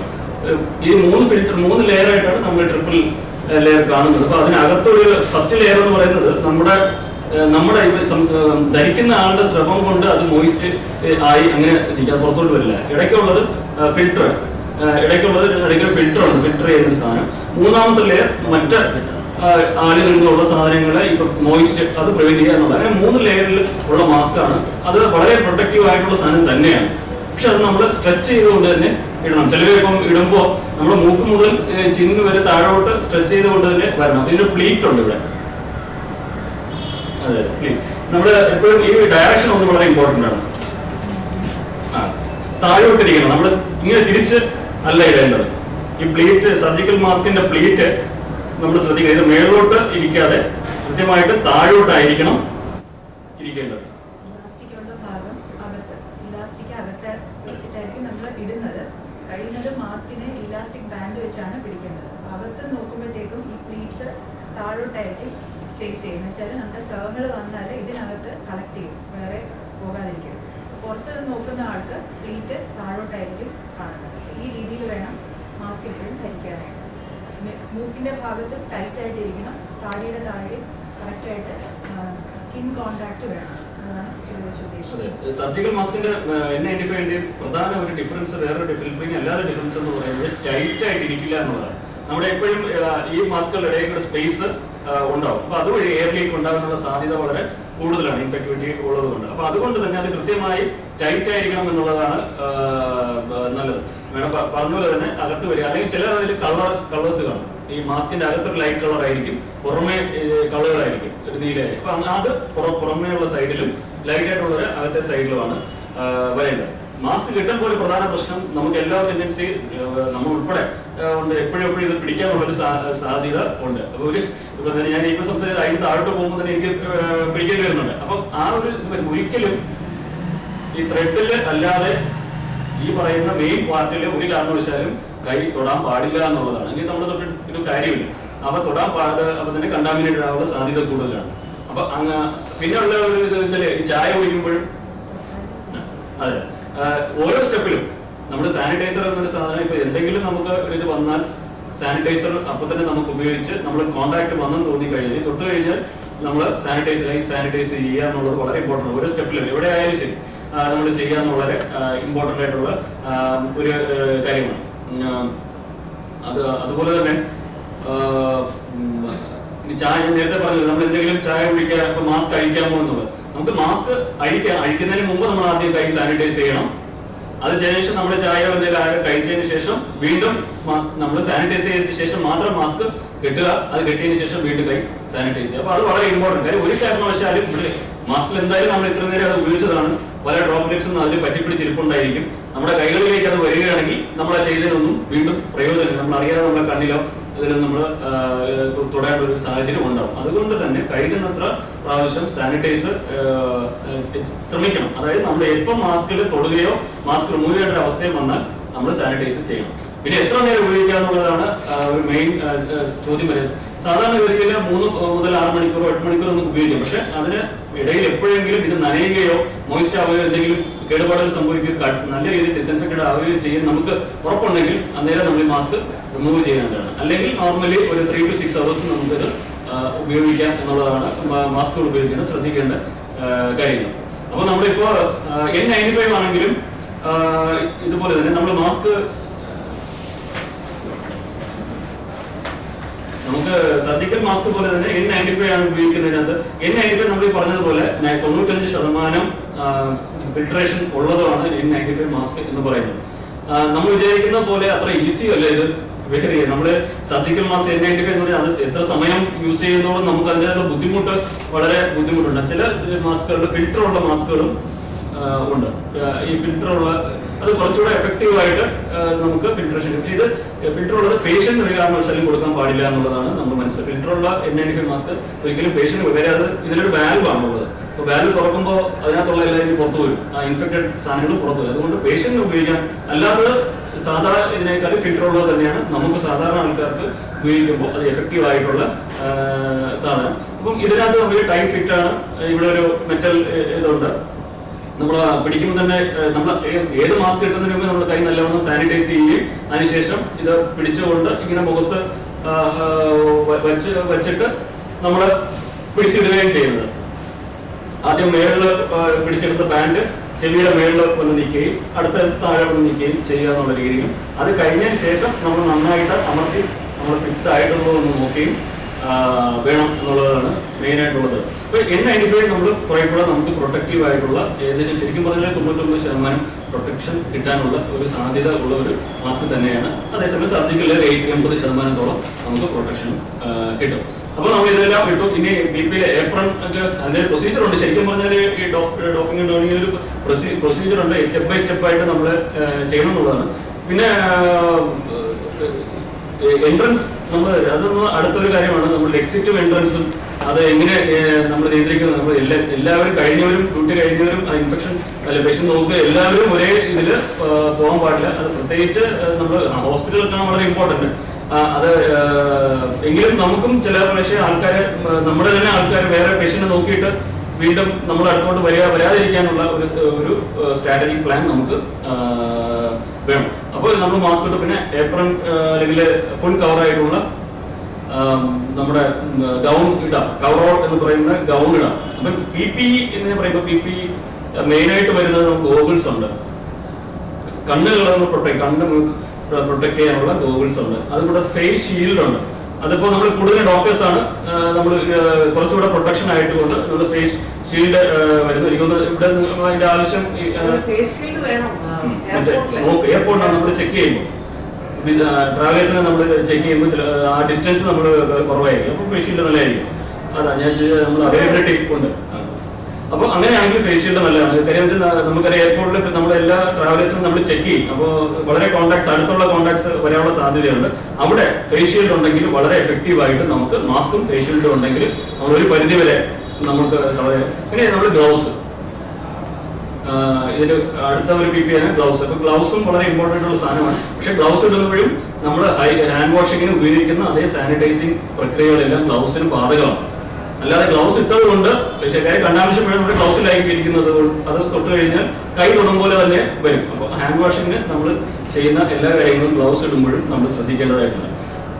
അപ്പോൾ നമുക്ക് ഗ്ലൗസ് ഉണ്ട്, ഗൂഗിൾസ് ഉണ്ട്, അതുപോലെ തന്നെ ഫുൾ ഏപ്രൺ ഉണ്ട്, നമ്മളൊരു ഷൂ കവറുണ്ട്. അപ്പൊ ഇതൊക്കെ അടങ്ങുന്നതാണ് മെയിൻ ആയിട്ടൊരു PPE കിറ്റ് എന്ന് പറയുന്നത്. ഓക്കെ, അപ്പോ ഇത് എൻട്രൻസിൽ എനിക്ക് തോന്നുന്നു ഡ്യൂട്ടിക്ക് വരുമ്പോൾ എല്ലാവരും ഇത് വേണ്ടെന്ന് തോന്നുന്നു. പേഷ്യന്റുമായിട്ട് ഡയറക്റ്റ് കോണ്ടാക്ട്സ് വരുന്നവർ മാത്രം ഇത്രയും PPE കിറ്റുകൾ ധരിച്ചാൽ മതിയാവും. ഇല്ലാത്തവര് മാസ്കുകളും നമ്മുടെ ഗ്ലൗസ് ഉപയോഗിക്കാം, ഗ്ലൗസും മാസ്കുകളും ഉപയോഗിക്കാം. ഇടയ്ക്കിടയ്ക്കുള്ള ഫ്രീക്വന്റ് ആയിട്ട് ഹാൻഡ് വാഷിങ്ങും നമ്മൾ ചെയ്യുക. സോഷ്യൽ ഡിസ്റ്റൻസിങ് പാലിക്കുക എന്നുള്ളത് വളരെ ഇമ്പോർട്ടൻ്റ് ആയിട്ടുള്ള ഒരു കാര്യമാണ്. അത് നമ്മളിപ്പം മിക്കവാറും എയർപോർട്ടിലൊക്കെ അറേഞ്ച് ചെയ്യും. പ്രത്യേകിച്ച് ക്യാൻറ്റീനിൽ നമ്മൾ ഫുഡ് കഴിക്കാൻ പോകുന്ന സ്ഥലങ്ങൾ, മെസ്സ്, അങ്ങനെ എന്തെങ്കിലും സാധനങ്ങളുണ്ടെങ്കിലും അവിടെയും കൃത്യമായ ചെയറുകൾ നമ്മുടെ സോഷ്യൽ ഡിസ്റ്റൻസിങ് പാലിച്ചുകൊണ്ട് തന്നെ മുന്നോട്ട് പോകേണ്ടതായിട്ടുണ്ട്. അപ്പോൾ ബേസിക്കലി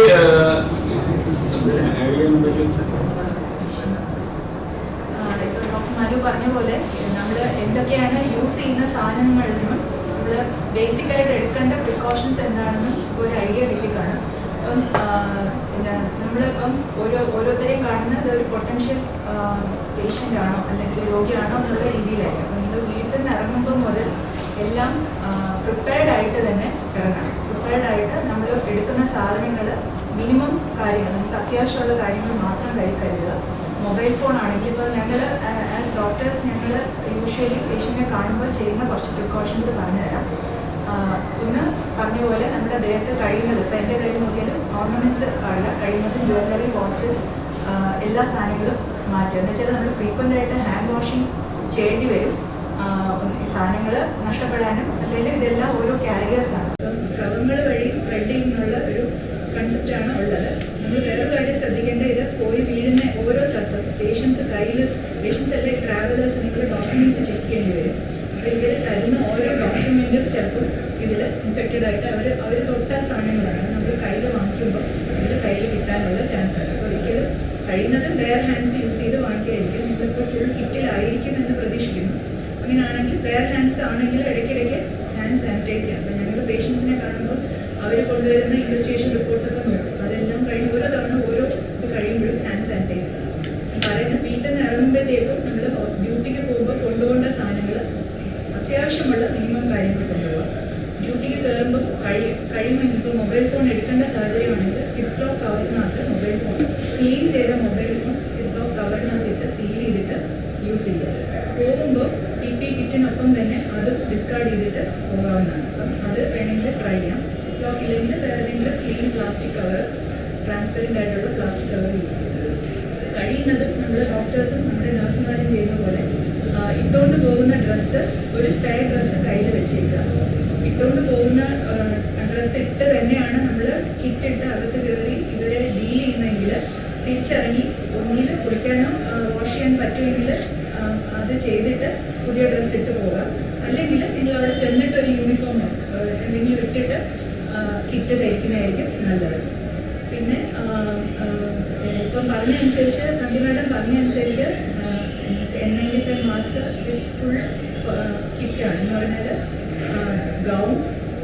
ഗ്ലൗസ്, ബൂട്ട് കവർ അല്ലെങ്കിൽ ഷൂ കവർ, ക്യാപ്പ്, പിന്നെ ഫേസ് ഷീൽഡ്. ഇത്രയും ഉണ്ടാവുമെന്ന് പ്രതീക്ഷിക്കുന്നു. ഇത്രയും ഉണ്ടെങ്കിൽ ഇത് ഇടുന്നതിനും ഊരുന്നതിനും അതിൻ്റെതായ രീതികളുണ്ട്. കാര്യം എന്ന് വെച്ചാൽ നമ്മളിത് ഡിസ്പോസ് ചെയ്യും, നമ്മൾ ഒരിക്കൽ യൂസ് ചെയ്ത് കഴിയുമ്പോൾ നമ്മൾ മനസ്സിലാക്കിയിട്ട് ഇപ്പോൾ മാസ്കിൻ്റെ ഔട്ടർ സർഫസ്, അകത്തെ സർഫസിൽ നമ്മുടെ സ്രവങ്ങളേ ഉള്ളൂ, അത് നമ്മൾ കണ്ടെയ്ൻ ചെയ്യുകയാണ്, മറ്റുള്ളവർക്ക് കൊടുക്കാതിരിക്കാനാണ് ശ്രമിക്കുന്നത്. പുറത്തെ സർഫസ് എന്തായാലും ഇൻഫെക്റ്റഡ് ആയിരിക്കും. നമ്മൾ കാണുന്നില്ലെങ്കിലും അവിടെ എന്തെങ്കിലും ഉണ്ട് എന്നുള്ള ഒരു ആൻറ്റിസിപ്പേഷനിൽ നമ്മൾ എപ്പോഴും കെയർഫുള്ളായിട്ട് ഡീൽ ചെയ്യാവുള്ളൂ. അപ്പം തൊടാൻ പാടില്ല. അതുകൊണ്ടാണ് ഡോക്ടർമാർ പറഞ്ഞത് തൊട്ട് കഴിഞ്ഞാൽ ഇടയ്ക്കിടയ്ക്ക് ഹാൻഡ് സാനിറ്റൈസ് ചെയ്യുക. അഥവാ തൊടാതിരിക്കാൻ നമ്മുടെ ഒരു നാച്ചുറൽ ടെൻഡൻസിയാണ് മുഖത്ത് തൊടുക എന്നുള്ളത്. എവിടെ തൊട്ടാലും ഇടയ്ക്ക് ഹാൻഡ് സാനിറ്റൈസ് ചെയ്യുക. ഇപ്പം ഡ്യൂട്ടിക്ക് വരുമ്പോഴേക്കും സ്പെയർ ഡ്രസ്സ് ഉണ്ടെങ്കിൽ അങ്ങനെ വരിക, അല്ലെങ്കിൽ വേറൊരു ഡ്യൂട്ടി ഡ്രസ്സിലോട്ട് കയറിയതിന് ശേഷം മാത്രം പേഴ്സൺ പ്രൊട്ടക്റ്റീവ് എക്യുപ്മെൻറ്റ്സ് എല്ലാം ധരിക്കുക. അതിൽ ഇട്ട് കയറുമ്പോൾ നേരത്തെ പറഞ്ഞ പോലെ പോകുന്നതിനും തിരിച്ചിറങ്ങുന്നതിനും 2 ചാനലുണ്ടെങ്കിൽ അതാണ് ഏറ്റവും ബെസ്റ്റ്. കാര്യം എന്ന് വെച്ചാൽ നമ്മൾ ഇറങ്ങുമ്പോൾ നമ്മുടെ ശരീരത്തിൽ എപ്പോഴെങ്കിലും ഈ ഇൻഫെക്റ്റഡ് സാധനങ്ങൾ ഉണ്ടാവും എന്നുള്ള ഒരു ആൻറ്റിസിപ്പേഷൻ എപ്പോഴും വേണം. അത് കളയുന്നതും ഡിസ്പോസ് ചെയ്യുന്നതിനും അതിൻ്റേതായ രീതികളുണ്ടാവും. കയറുമ്പോൾ ഉടുപ്പിട്ടിട്ട് എക്യുപ്മെൻറ്റ് ഓരോ ഗ്ലൗ ഇടുന്നതിനും ക്യാപ്പ് ഇടുന്നതിനും ഒരു സീക്വൻസ് ഉണ്ട്. ആക്ച്വലി അകത്തോട്ട് കയറുമ്പോൾ നമ്മൾ ഏത് രീതിയിൽ ഇട്ടാലും കുഴപ്പമില്ല. പക്ഷേ ഇറങ്ങുന്ന സമയം നമ്മൾ കറക്റ്റായിട്ടുള്ള രീതിയിൽ ഊരിയില്ലെങ്കിൽ ചിലപ്പം കണ്ടാമിനേറ്റഡ് ആവും. അപ്പം ചെല്ലുമ്പോഴേക്കും നമുക്ക് പുതിയ വേറെ ഡ്രസ്സ് ഇട്ട് കഴിഞ്ഞിട്ട് ബൂട്ട്സ് ആണെങ്കിൽ ഷൂ ആണെങ്കിൽ അതിൻ്റെ പുറത്തൂടെ ഒരു കവർ ഇടാം. ഇൻ കേസ് ഷൂ കവർ ഇല്ലെങ്കിൽ ഈ പറഞ്ഞ പോലത്തെ ഡിസ്പോസബിൾ അല്ലെങ്കിൽ വാഷബിൾ ഷൂസ് ഇടുക. പിന്നെ ചേർന്ന ഗ്ലൗസ്, യൂഷ്വലി 2 ഗ്ലൗ ഇടുകയാണ് പതിവ്. അപ്പോൾ ആദ്യത്തെ ഗ്ലൗ ഇട്ടിട്ട് നമ്മൾ ബാക്കി ഏപ്രണും ക്യാപ്പും മാസ്കും ഒക്കെ ധരിക്കാം. മാസ്ക് ധരിക്കാം. യൂഷ്വലി ഞങ്ങൾ ചെയ്യുന്നത് ഇതുപോലത്തെ ഒരു N95 മാസ്കാണുള്ളത്. അത് കഴിയുന്നതും മാസ്കിൻ്റെ പുറത്തെ സർഫസിൽ ഇട്ട് കഴിഞ്ഞാൽ ഒരിക്കലും പുറത്തെ സർഫസിൽ പിടിക്കരുത്. ഇടുന്നതിന് മുമ്പ് വേണമെങ്കിൽ ഇങ്ങനെ ഫേസ് കവർ ചെയ്ത് വെച്ചതിന് ശേഷം 2 ബാൻഡുണ്ട്, ഫേസ് ടൈറ്റായിട്ട് കവർ ചെയ്ത് വെച്ചതിന് ശേഷം മേളിലത്തെ സ്ട്രാപ്പ് വലിച്ച് ഇടുക. ചെവിയുടെ മേളിലായിട്ട് താഴത്തെ സ്ട്രാപ്പ് വലിച്ച് കഴുത്തിൽ ടച്ച് ചെയ്യുന്ന രീതിയിൽ. ഇപ്പം മുടിയാണെങ്കിൽ കുട്ടപ്പ്, സ്ത്രീകളാണെങ്കിൽ കെട്ടി വെച്ചതിന് ശേഷം കഴുത്തിൽ സ്ട്രാപ്പ് അഡ്ജസ്റ്റ് ചെയ്തിടുക. അത് കഴിഞ്ഞ് യൂഷ്വലി പിന്നെ ഗോഗിൾസ് വെക്കാം. ഗോഗിൾസ് വെച്ചതിന് ശേഷം ക്യാപ്പ് വയ്ക്കുക. ക്യാപ്പും വെച്ച് ഏപ്രൺ ഇട്ട് ഫുൾ സിപ്പ് ചെയ്യുക. എവിടെയെങ്കിലും ഓപ്പൺ ആയിട്ടുള്ള സർഫസസ് ഉണ്ടെങ്കിൽ പ്ലാസ്റ്ററോ അല്ലെങ്കിൽ വേറെ എന്തെങ്കിലും വെച്ച് കവർ ചെയ്യുക. ടൈറ്റായിട്ട് ഇരിക്കണം. പിന്നെ എക്സ്പോസ്ഡ് ആയിട്ട് ഏപ്രണിൻ്റെ ഫുഡ് ഇങ്ങനെ യൂഷ്വലി ഇങ്ങനെ ഇരിക്കും. അപ്പോൾ അത് നമ്മുടെ സ്കിന്നിലോട്ടോ അല്ലെങ്കിൽ ചെറിയ പ്ലാസ്റ്റർ ഇട്ട് ഒട്ടിച്ച് വയ്ക്കാവുന്നതാണ്. പിന്നെ ഫേസ് ഷീൽഡ് കൂടി ഇടുമ്പോഴത്തേക്കും അത്യാവശ്യം നമ്മൾ പ്രൊട്ടക്റ്റഡ് ആണ്. ഇപ്പം നമ്മൾ ഡീൽ ചെയ്യുന്ന പോലെ ഇപ്പോൾ പേഷ്യൻസിൻ്റെ സ്വാബ് എടുക്കുക അങ്ങനത്തെ പ്രശ്നങ്ങൾ ഉണ്ടാവില്ല. പക്ഷേ ഇവർ സംസാരിക്കുമ്പോൾ പ്രത്യേകിച്ചും വരുന്നവർക്കും ചിലപ്പോൾ N95 മാസ്ക് ഉണ്ടാവും. അതിൽ പലരും ഈ വാൽവുള്ള മാസ്ക് ആയിരിക്കും വെച്ചേക്കുന്നത്. അവർ ഇൻഫെക്റ്റഡ് ആണെങ്കിൽ അത് നമുക്ക് കിട്ടാനുള്ള ചാൻസ് കൂടുതലാണ്. അപ്പം ഓരോ തവണ അവരുടെ ഡോക്യുമെന്റ്സ് ഇത് എല്ലാം കഴിഞ്ഞിട്ട് ഒരു ഗ്ലൗ കൂടി ഇടുന്നതാണ് സേഫ്. അത് 2 ഗ്ലൗ ഇടുന്നതിൻ്റെ ഉദ്ദേശം എന്ന് വെച്ചാൽ ഒന്ന് കീറിപ്പോവുകയോ എന്തെങ്കിലും സാധനം ടച്ച് ചെയ്യുകയാണെങ്കിൽ നിങ്ങൾക്ക് അത് മാറ്റിയിട്ട് ഒന്ന് ഹാൻഡ് വാഷ് എടുത്തതിന് അല്ലെങ്കിൽ ഹാൻഡ് റബ്ബ് യൂസ് ചെയ്തതിന് ശേഷം ഒരു ഗ്ലൗ കൂടി ഇട്ടിട്ട് വേണമെങ്കിൽ റെക്കോർഡ്സ് വാങ്ങിക്കുകയോ പേഷ്യൻറ്റിനെ ഡീൽ ചെയ്യുകയോ ചെയ്യാം. ചിലപ്പം ആരെങ്കിലും സിക്കായിട്ടൊക്കെ വരികയാണെങ്കിൽ ഇപ്പം വളരെ ഏജ്ഡ് ആയിട്ടുള്ള പേഷ്യൻസോ അല്ലെങ്കിൽ വേറെ അസുഖങ്ങളുള്ളവരോ കോവിഡ് ആയിരിക്കണമെന്നില്ല, മറ്റ് അസുഖങ്ങളുള്ളവർക്കായിരിക്കും ഇപ്പോൾ പ്രിഫറൻസ് കൊടുത്ത് ആദ്യം നിൽക്കുന്നത്. അപ്പോൾ അവർ ചിലപ്പോൾ ഫിസിക്കലി ഹെൽപ്പ് ചെയ്യേണ്ടി വരുന്ന സാഹചര്യത്തിൽ ഈ പേഴ്സൺ പ്രൊട്ടക്റ്റീവ് എക്യുപ്മെൻറ്റ്സ് യൂസ്ഫുൾ ആയിരിക്കും. ഇതിനിടയ്ക്ക് പിടിക്കുകയോ എടുക്കുകയോ ചെയ്യുന്ന സമയത്ത് എപ്പോഴെങ്കിലും ഇത് കോംപ്രമൈസ് ആയി അല്ലെങ്കിൽ കീറിപ്പോവോ എന്തെങ്കിലും ഗ്ലൗവിലോ എവിടെയെങ്കിലും തിറക്കിയോ എന്തെങ്കിലും ഉണ്ടെങ്കിൽ അത് മാറ്റാൻ മറക്കരുത്. നമ്മൾ സ്വയം പ്രൊട്ടക്റ്റ് ചെയ്താലേ നമുക്ക് കൂടുതൽ പേർക്ക് ഹെൽപ്പ് ചെയ്യാൻ നമുക്ക് പറ്റുള്ളൂ, മറ്റുള്ളവർക്ക് അസുഖം കൊടുക്കാതിരിക്കാനും പറ്റുള്ളൂ. പിന്നെ ഇത്രയും കാര്യങ്ങൾ ചെയ്ത് നമ്മൾ ഡ്യൂട്ടി കഴിഞ്ഞ് ഇറങ്ങുമ്പോൾ യൂഷ്വലി ഒരു 4 to 6 hours ഈവൻ 4 hours ഇടുമ്പോൾ തന്നെ ഈ ഫുൾ കിറ്റിൽ നിൽക്കുക എന്ന് പറയുന്നത് ഭയങ്കര ഒരു ബുദ്ധിമുട്ടുള്ള കാര്യമാണ്. നമ്മളിപ്പം ഇവിടെ കുളിക്കാനുള്ള ഫെസിലിറ്റി ഉണ്ടോ എന്ന് ചോദിച്ചു.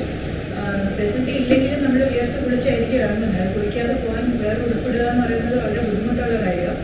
അപ്പം ഇതെല്ലാം ഡ്യൂട്ടി കഴിഞ്ഞ് ഇറങ്ങുമ്പോഴത്തേക്കും ആദ്യം ചെയ്യേണ്ടത് നമ്മുടെ ഫുൾ നമ്മൾ ഫുൾ പേഷ്യൻസിനെ അല്ല കണ്ടെങ്കിൽ പോലും നമ്മൾ കണ്ടാമിനേറ്റഡ് ആണ് എന്നുള്ള ഒരു കൺസെപ്റ്റോടുകൂടി തന്നെ വേണം നോക്കാനായിട്ട്. ഗ്ലൗ മാറ്റാം. അതിനുശേഷം പിന്നെ ഏപ്രണിൻ്റെ പോർഷൻ സിബ് ഊരിയതിന് ശേഷം അകത്തുനിന്ന് ഇപ്പോൾ ഫുഡാണെങ്കിൽ ഇങ്ങനെ അകത്തുനിന്ന് ഊരി അത് റോൾ ചെയ്തേ പുറത്തോട്ട് കൊണ്ടുവരാവുള്ളൂ. അതിനുശേഷം സിബ് ഊരിയതിന് ശേഷം അകത്തെ സർഫസിൽ പിടിച്ചിട്ട് വേണം ഒരു കൈ യൂസ് ചെയ്ത് ഏപ്രൺ ഊരുക, മറ്റേ കൈ യൂസ് ചെയ്ത് ഊരുക. അത് കഴിഞ്ഞിട്ട് അകത്തുനിന്ന് ഇത് റോൾ ചെയ്ത് വേണം ഫുൾ നമ്മുടെ ഏപ്രൺ ഊരിയെടുക്കുന്നത്. അത് മാറ്റിയതിന് ശേഷം ബൂട്ട് കവർ ലാസ്റ്റ് ഊരിയാൽ മതി. അത് കഴിഞ്ഞിട്ട് ക്യാപ്പ് ഗോഗിൾസ് എല്ലാം മാറ്റി ഇതെല്ലാം ഡിസ്പോസ് ചെയ്യുന്നതിന് ഒരു സെപ്പറേറ്റ് ബിന്നുണ്ടാവും. അതെല്ലാം ചെയ്തതിന് ശേഷം മാസ്ക് നമ്മൾ ഊരുന്നത് ഇട്ട രീതി പറഞ്ഞു തന്നു. ഊരുമ്പോഴേക്കും പിടിച്ചിട്ട് ആദ്യം താഴത്തെ ബാൻഡ് ഊരി ഇങ്ങനെ കുഞ്ഞു നിന്നിട്ടാണ് യൂഷ്വലി ഞങ്ങൾ ചെയ്യുന്നത്. താഴത്തെ ബാൻഡ് ഊരി കൊണ്ടുവരിക, അതിന് ശേഷം മേളത്തെ ബാൻഡ് ഊരിയിട്ട് അങ്ങ് ഡ്രോപ്പ് ചെയ്യുക. ഒന്നിൽ ബിന്നിലോട്ട് ഡ്രോപ്പ് ചെയ്യുക, അല്ലെങ്കിൽ ഫേസ് പിന്നിലോട്ട് ഇട്ടതിന് ശേഷം മാത്രമേ ഗ്ലൗ ഊരാവുള്ളൂ.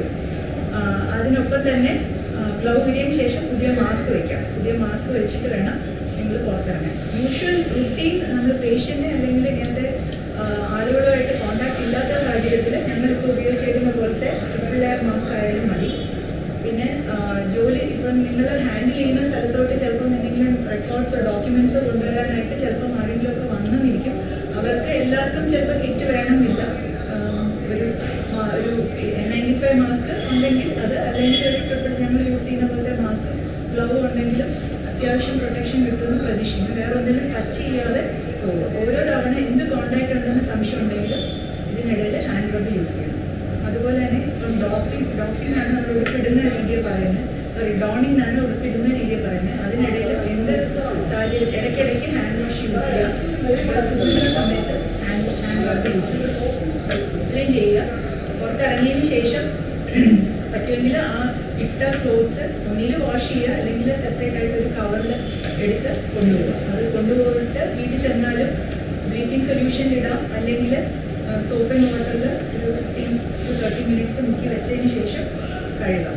ചെല്ലുമ്പോൾ ഈ പറഞ്ഞ പോലെ മൊബൈൽ ഫോണിൻ്റെ കവർ ഇതെല്ലാം ഡിസിൻഫെക്റ്റ് ചെയ്തിട്ട് വേണം വീട്ടിലോട്ട് കയറാൻ. നമ്മൾ ഉപയോഗിക്കുന്ന താക്കോല്, പേന ഇതെല്ലാം ഒരു പൗച്ചിലാക്കി മാറ്റി വെച്ചതിന് ശേഷം അത് ഡിസിൻഫെക്റ്റ് ചെയ്തതിന് ശേഷമേ വീട്ടിനകത്തോട്ട് കയറാവുള്ളൂ. പിന്നെ കഴിയുന്നതും ഏജ്ഡ് ആയിട്ടുള്ള മെമ്പേഴ്സ് വീട്ടിലുണ്ടെങ്കിൽ, തീരെ ചെറിയ കുട്ടികൾ വീട്ടിലുണ്ടെങ്കിൽ, ഏജ്ഡ് അല്ലെങ്കിലും വേറെ മറ്റ് അസുഖങ്ങൾ, റെസ്പിറേറ്ററി അസുഖങ്ങളോ അല്ലെങ്കിൽ ഡയബറ്റീസോ, ചിലപ്പം ഡയാലിസിസ് ചെയ്യുന്നവരും ഹാർട്ട് രോഗികളും ഒക്കെ വീട്ടിലുണ്ടാവും. അവരൊക്കെ ഉണ്ടെങ്കിൽ നമ്മൾ പ്രത്യേകം ശ്രദ്ധിക്കേണ്ടതുണ്ട്. അഡീഷണൽ പോയിന്റ്സ് ഉള്ളത് നമ്മൾ ഈ മാസ്ക് നേരത്തെ N95 നമ്മൾ ഊരുന്ന കാര്യം പറഞ്ഞു. അതുപോലെ തന്നെയാണ് നമ്മുടെ ഈ ട്രിപ്പിലെ സർജിക്കൽ മാസ്കും ഊരുന്നത്. നമ്മൾ ആദ്യം ഇത് താഴത്തെ കെട്ടഴിക്കുക, അത് കഴിഞ്ഞിട്ട് മേളത്തെ കെട്ടഴിച്ചിട്ട് ആ സ്ട്രിങ്ങിൽ പിടിച്ചുകൊണ്ട് തന്നെയാണ് നമ്മൾ ഡിസ്പോസ് ചെയ്യാൻ. അല്ലാതെ ഇങ്ങനെ എടുത്ത് ഡിസ്പോസ് ചെയ്താൽ അതിലെല്ലാം നമ്മുടെ കയ്യിൽ വരും. ഡിസ്പോസിങ് വളരെ ഇമ്പോർട്ടൻ്റ് ആണ്. എനിക്ക് തോന്നുന്നു എയർപോർട്ടിൽ നമുക്ക് അതിനുള്ള സെപ്പറേറ്റ് ബിന്ന് ഉണ്ടാകും എന്ന് ഞാൻ പ്രതീക്ഷിക്കുന്നു. അങ്ങനെ അത് ഉണ്ടാകും. അപ്പോൾ അതുകൊണ്ട് അതിന് കിട്ടാൻ മതി. ഇല്ലാത്തൊരു സാഹചര്യം വരികയാണെങ്കിൽ നമുക്ക് ചെയ്യാൻ പറ്റുന്ന ഒന്ന് കത്തിച്ച് കളയുക എന്നുള്ളതാണ്. നമ്മൾ രണ്ട്, നമ്മൾ ഈ ബ്ലീച്ചിങ് പൗഡർ സൊല്യൂഷൻ, ഹൈപ്പോക്ലോറൈഡ് സൊല്യൂഷനിലോ ഒരു 5 മിനിറ്റ് മുക്കി വെച്ച് ഡിസിൻഫെക്റ്റന്റ് കുഴിച്ചിട്ട് ഈ രണ്ട് പ്രക്രിയയാണ്. നമ്മൾ ഈ ട്രിപ്പിൾ എ സർജിക്കൽ മാസ്ക് നമ്മൾ ഉപയോഗിക്കുമ്പോൾ നമ്മൾ പ്രത്യേകിച്ച് ശ്രദ്ധിക്കേണ്ടതായി. പിന്നെ അതുപോലെ തന്നെ നമ്മൾ തിരിച്ച് വീട്ടിലേക്ക് കിട്ടിയെന്ന് പുറത്തിറങ്ങുമ്പോൾ നമ്മൾ ഈ കഴിയുന്നതും 2 സിറ്റിംഗ് പൊസിഷനിലായിരിക്കണം നമ്മൾ ഈ ഗൗൺ ഊരേണ്ടത്. കാര്യം നമ്മൾ നിന്നുകൊണ്ട് ഊരാൻ ശ്രമിക്കുമ്പോൾ നമ്മൾ ചിലപ്പോൾ ബാലൻസ് കിട്ടാതെ വരികയും തൊട്ടടുത്തുള്ള സ്ഥലങ്ങളിൽ പിടിക്കാനുള്ള സാധ്യതയും വളരെ കൂടുതലാണ്. അപ്പോൾ അവിടെ ഒരു ക്ലീൻ ചെയറും അതുപോലെ തന്നെ ഡേർട്ടി ചെയറെന്നും 2 ചെയർ ഇട്ടിട്ടുണ്ടാവും. അപ്പോൾ നമ്മൾ ഓരോന്നും ഊരി പുറമെ നമ്മുടെ ഗൗൺ കംപ്ലീറ്റ് ഈ പറഞ്ഞ പോലെ ഇന്നർ ഇത് വെച്ച് തന്നെ ഊരി നമ്മൾ പുറമെ വരുമ്പോൾ ക്ലീൻ ആകുമ്പോൾ ക്ലീനിലേക്ക് ഇരിക്കുകയും മറ്റും ചെയ്യാം. അപ്പോൾ സിറ്റിംഗ് പൊസിഷനിൽ തന്നെ അത് ഊരാൻ ശ്രമിക്കുക എന്നുള്ളതാണ്. അതുപോലെ തന്നെ ഗ്ലൗസ്, ഇപ്പം ലാറ്റക്സ് ഗ്ലൗസ് ആണ് നമുക്കിപ്പോൾ അവൈലബിൾ ആയിട്ടുള്ളത്. പെട്ടെന്ന് കീറാൻ സാധ്യതയുള്ളത്. നൈട്രിൽ എന്ന് പറയുന്ന വേറെ സിന്തറ്റിക് റബ്ബറിന്റെ ഗ്ലൗസ് ഉണ്ട്, നീല കളറിൽ നമ്മൾ ആക്ച്വലി കാണുന്നത്. അത് ഈ പറയുന്ന പങ്ക്ചേഴ്സ് വരാനുള്ള സാധ്യത കൂടുതലാണ്. അത് കുറച്ചുകൂടെ അതിനേക്കാളും പ്രൊട്ടക്റ്റീവ് ആയിട്ടുള്ള സാധനം. പിന്നെ അടുത്ത വളരെ ഇമ്പോർട്ടൻറ്റ് ചോദ്യമാണ് നമ്മൾ പ്രത്യേകിച്ച് N95. ഇതെന്തായാലും റീയൂസ് ചെയ്യാൻ പറ്റത്തില്ല. നമ്മുടെ ഈ സാധനം ഡിസ്പോസ് ചെയ്യേണ്ട സാധനം തന്നെയാണ് triple air surgical mask. N95 reuse ചെയ്യാൻ പറ്റുമോ എന്നുള്ളതാണ്. നമ്മുടെ ശരിക്കും പറഞ്ഞാൽ റീയൂസ് ചെയ്യാൻ പറ്റില്ല എന്നുള്ളത് തന്നെയാണ്. പിന്നെ ഷോർട്ടേജ് കാരണം നമുക്ക് ചിലപ്പോൾ ചില സാഹചര്യങ്ങൾ, പക്ഷെ അങ്ങനെയാണെങ്കിൽ 2-3 ടെക്നിക്കുണ്ട്. ഒന്ന് നമ്മൾ ഒരാൾക്ക് 5 മാസ്ക് ഉണ്ടെങ്കിൽ 5 മാസ്ക് ഉണ്ടെങ്കിൽ ആ ഒരു ദിവസം ഉപയോഗിച്ചതിന് ശേഷം അതിന് അടുത്ത 5ാമത്തെ ദിവസം, കാര്യം നമ്മൾ പറയുന്നത് 4 തൊട്ട് 5 ദിവസം വരെ ആയിരിക്കും ഇതിനകത്ത് അണുക്കൾ വൈറസ് ഇരിക്കാൻ സാധ്യത ഉണ്ടെന്ന്. അപ്പോൾ 5 ദിവസം കഴിയുമ്പോൾ റൊട്ടേഷൻ വൈസിൽ അത് നമുക്ക് ഉപയോഗിക്കാൻ പറ്റില്ല. ഷോർട്ടേജ് ഉണ്ടെങ്കിൽ മാത്രം നമ്മൾ ചെയ്യേണ്ട ഒരു കാര്യമാണ്. പിന്നെ പല ടെക്നിക്കുകളുണ്ട്. ഓവനിൽ ഹീറ്റ് ചെയ്ത് എടുക്കുന്നതുകൊണ്ട്, റൈസ് കുക്കറിൽ, അങ്ങനെ പല പല ടെക്നിക്കുകളും പറയുന്നുണ്ട്. പക്ഷെ ഇതൊക്കെ എത്രമാത്രം നമുക്കത് പ്രാക്ടിക്കലി ഇതാണെന്ന് അറിയില്ല. അപ്പൊ കഴിയുന്നതും സിംഗിൾ യൂസ് ആയിട്ട് തന്നെ ഉപയോഗിക്കുന്നത്. ഈ പാസഞ്ചേഴ്സിന് ഇമ്മീഡിയറ്റ് ആയിട്ട് ഡീൽ ചെയ്യുന്നവർ യൂസ് ചെയ്യുന്ന മാസ്ക് PP കിറ്റിനോടൊപ്പം ഡിസ്പോസ് ചെയ്യുന്നതിനായിരിക്കും നല്ലത്. അല്ലാതെ ഇപ്പൊ എയർപോർട്ടിൽ ബാക്കി ഹെൽപ്പിന് നിൽക്കുന്ന ആളുകൾ പിന്നെ സാധനം കൊണ്ടുവരാനോ അങ്ങനെയൊക്കെ എന്തെങ്കിലും ഹെൽപ്പിനുള്ളവർക്ക് വേണമെങ്കിൽ ഇത് യൂസ് ചെയ്യാം. ഒരു 4 to 6 hours മാക്സിമം യൂസ് ചെയ്താൽ മതി. അതിനുശേഷം അതിനെ മാറ്റി വേറെ ഉപയോഗിക്കാം. പക്ഷെ അത് റീയൂസ് ചെയ്യുകയാണെങ്കിൽ ഒരിക്കലും ഈ പോർഷൻ എപ്പോഴും കണ്ടാമിനേറ്റഡ് എന്നുള്ള രീതിയിലായിരിക്കും പൊതിഞ്ഞു വെക്കുക. അങ്ങനെ ചെയ്ത് എയർ ചെയ്യാവുന്ന ഒരു പേപ്പർ ബാഗിനകത്ത് ഇങ്ങനെ ഇട്ട് വെക്കാവുന്നതാണ്. ഇട്ട് വെച്ചതിന് ശേഷം ഒരു ഈ പറഞ്ഞ പോലെ 4 days എല്ലാം കഴിഞ്ഞതിന് ശേഷം മിനിമം 3 days ഗ്യാപ്പ് വേണം. അതിനുശേഷം ബ്ലീച്ചിങ് പൗഡർ സൊല്യൂഷൻ ഇട്ടാലും ചീത്തയാവും. അല്ലാതെ ഉണ്ട് എന്നുള്ളതാണ്. അപ്പൊ അത് കഴിയുന്നത് ഒഴിവാക്കുക എന്നുള്ളത് വളരെ ഇമ്പോർട്ടന്റ് ആയിട്ടുള്ള ഒരു കാര്യമാണ്. വന്നിട്ടില്ല. ചൈനയിലെ വുഹാൻ മാർക്കറ്റിലാണ് ഇത് വന്നു എന്നുള്ളത് ശരിയാണ് ആദ്യം. പക്ഷെ അത് മാംസത്തിൽ കൂടെയാണോ വന്നു എന്നുള്ളതിനകത്ത് നമുക്ക് ഇതുവരെ അതിനെക്കുറിച്ച് ഒരു കൃത്യമായിട്ടുള്ള പഠനങ്ങൾ ഇതുവരെ വന്നിട്ടില്ല. നമ്മൾ അല്ലാതെ തന്നെയാണ് സ്രവങ്ങൾ വഴി തന്നെയാണ് നമുക്ക് പ്രത്യേകിച്ച് മനുഷ്യരിലെ മറ്റു മൃഗങ്ങളിൽ നിന്ന് വരുമോ എന്നുള്ളത് തന്നെ നമ്മൾ അത് പഠനത്തിന് നടന്നുകൊണ്ടിരിക്കുകയാണ്. ഈ വൈറസ് മൃഗങ്ങളിൽ കാണും, പ്രത്യേകിച്ച് ബാറ്റ പോലുള്ള ഇതിൽ കാണാനുള്ള സാധ്യതയുണ്ട്. പക്ഷെ അതിൽ നിന്നും മാംസത്തിലൂടെ പകരമൊന്നും ഇതുവരെ കണ്ടുപിടിച്ചിട്ടില്ല. സ്രവങ്ങളിലൂടെ നമ്മൾ ഡ്രോപ്ലെറ്റ് വഴി തന്നെയാണ് ഇത് വരുന്നതായിട്ടാണ് ഇതുവരെയുള്ള പഠനങ്ങൾ നമ്മൾ വിചാരിക്കും വരുന്ന പാസഞ്ചേഴ്സ് മാത്രമേ ഇൻഫെക്റ്റഡ് ഉള്ളൂ. പക്ഷെ പുറത്തുണ്ടോ ഇല്ലേ എന്നുള്ള കാര്യം നമുക്കറിയില്ല. ഏത് കാര്യം ഇപ്പൊ കടയിൽ നിന്ന് പോയി ഒരു സാധനം വാങ്ങിക്കുന്നതാണെങ്കിലും നമ്മൾ യൂസ് ചെയ്യുന്ന കുട്ടി നമ്മുടെ ഫ്രണ്ട്സ് തന്നെ നമ്മുടെ തരുന്നതാണെങ്കിലും അതിൽ എന്തെങ്കിലും ഒരു ഇൻഫെക്ഷൻ്റെ ഒരു പോസിബിലിറ്റി ഉണ്ടോ നമുക്ക് പറയാൻ പറ്റത്തില്ല. അതുകൊണ്ടാണ് ഇടയ്ക്കിടയ്ക്ക് കൈ കഴുകാനും ഹാൻഡ് റബ്ബ് യൂസ് ചെയ്യാനും പറയുന്നത്. പ്രത്യേകിച്ച് ഇതിപ്പോൾ എന്തായാലും ഇവർ കൊണ്ടുവരുന്നതിൽ ഒരു നല്ല ശതമാനം ആളുകൾക്ക് എന്തെങ്കിലും അസുഖം കാണുന്നുള്ള പ്രതീക്ഷയിലാണ് നമ്മൾ കാണുന്നത്. അത് കാരണം വരുമ്പോൾ ഗ്ലൗ മാറ്റുന്ന കാര്യവും ഇടയ്ക്ക് ഹാൻഡ് റബ്ബ് യൂസ് ചെയ്യുന്ന കാര്യവും അതുകൊണ്ടാണ് സ്ട്രെസ് ചെയ്ത് കാണുന്നത്. ഇപ്പം എയർപോർട്ടിലാണെങ്കിലും പാസഞ്ചേഴ്സ് മാത്രമല്ല, നമ്മൾ അല്ലാതെ ഡീൽ ചെയ്യാൻ വരുന്ന പുറത്തുനിന്ന് വരുന്ന ഇപ്പോൾ ടാക്സി ഡ്രൈവേഴ്സ് ഉണ്ടാവും, ചിലപ്പം വിളിക്കാൻ വരുന്ന ആളുകൾ കാണും. ഇവരൊക്കെ വല്ലതും കൊണ്ട് ഇത് എന്താണ് സാറേ എന്ന് പറഞ്ഞിട്ട് ചിലപ്പോൾ ഒരു പേപ്പർ ആയി തരും. അതുപോലെ വാങ്ങിക്കുമ്പോൾ നമ്മൾ ആക്ച്വലി നമ്മൾ മനസ്സിലാക്കി വേണം അത് ചെയ്യാനായിട്ട്. കഴുകുക, സാനിറ്റൈസ് ചെയ്യുക എന്നുള്ള പ്രൊട്ടക്ട് ചെയ്യുക എന്നുള്ളത് തന്നെയാണ് ഇമ്പോർട്ടൻ്റ്. അല്ല ഈ ഫയലിംഗ് സിസ്റ്റം പറ്റുമെങ്കിൽ അതിന് കുറച്ചുകൂടെ മെച്ചം. പറ്റാത്ത സാഹചര്യങ്ങളിൽ നമുക്ക് ഇത് നിവൃത്തിയുള്ളൂ. കാര്യം നമ്മൾ കാർഡ്ബോർഡിൽ വരെ 3-4 ദിവസം അങ്ങനെ പേപ്പറിലും എല്ലാവരും പോസിറ്റീവാണ്, എല്ലാം ഇൻഫെക്റ്റീവ് ആണെന്നുള്ള രീതിയിൽ യൂണിവേഴ്സിറ്റി ഓഫീസിലാണെങ്കിൽ ശരി ഫയൽ. അപ്പോൾ ആരെങ്കിലും ഒരു സംശയം ചോദിക്കാൻ ഒരു പേപ്പർ തരുമ്പോൾ കഴിയുന്നത് കയ്യിൽ വാങ്ങാതിരിക്കുക. ഞങ്ങൾ ഇപ്പോൾ നമ്മുടെ ഇവിടുത്തെ ട്രാഫിക് പോലീസ് തന്നെ ആണെങ്കിൽ ലൈസൻസ് ചോദിക്കുക, അല്ല ID കാർഡ് ചോദിക്കുക. അത് കയ്യിൽ വാങ്ങിച്ച് നോക്കണ്ട, അവർ പിടിച്ചിട്ട് കാണിക്കാൻ പറഞ്ഞാൽ മതി. അതാണ് ബെസ്റ്റ് തിങ്. നമ്മുടെ മനസ്സിൽ കേരളത്തില് ഇപ്പം നമ്മള് സർവൈലൻസ് സെന്റിനൽ സർവൈലൻസ് എല്ലാം ചെയ്യുന്നുണ്ട്. ഒരു പോലീസുകാരിലും നമുക്ക് ഇതുവരെ കേസുകളൊന്നും ഭാഗ്യത്തിന് വന്നിട്ടില്ല. അപ്പൊ അത് അത്രയും അറിഞ്ഞുകൊണ്ട് കാര്യക്ഷമമായിട്ട് പേപ്പറെല്ലാം മേടിച്ച് നെഞ്ചോട് ചേർത്ത് പോയിട്ട് അതെല്ലാം മാറിയിട്ടുണ്ട്. വളരെ വളരെ